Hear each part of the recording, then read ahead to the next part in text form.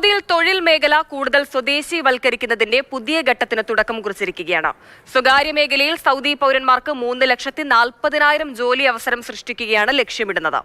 അടുത്ത 3 വർഷത്തേക്കുള്ളതാണ് പദ്ധതി.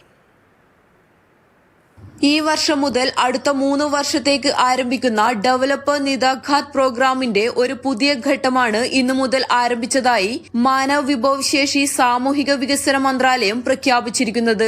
സ്വകാര്യ മേഖലയിലെ സൗദി പൌരന്മാർക്ക് 3,40,000-ത്തിലധികം ജോലി കണ്ടെത്തുവാൻ ഇതുവഴി സഹായകമാകും. ഇത് തൊഴിൽ വിപണിയിലെ സ്വദേശികളുടെ എണ്ണം വർദ്ധിപ്പിക്കുകയും സൗദി വിഷൻ 2030 ലക്ഷ്യങ്ങളെ പിന്തുണയ്ക്കുകയും ചെയ്യും. 2021 നിദാഖാത്ത് ആരംഭിച്ചത്.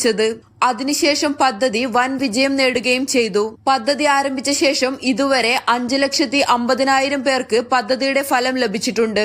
ഡെവലപ്പർ നിദാഖാത്ത് പ്രോഗ്രാമിന്റെ ഒരു പുതിയ ഘട്ടം ആരംഭിക്കുന്നതോടെ കൂടുതൽ മേഖലകളിലും എണ്ണത്തിലും സ്വദേശികൾക്ക് തൊഴിൽ സാധ്യത വർദ്ധിക്കും.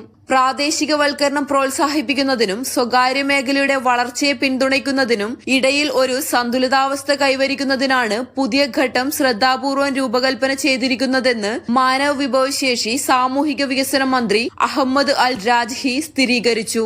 Mathrubhumi news, Riyadh.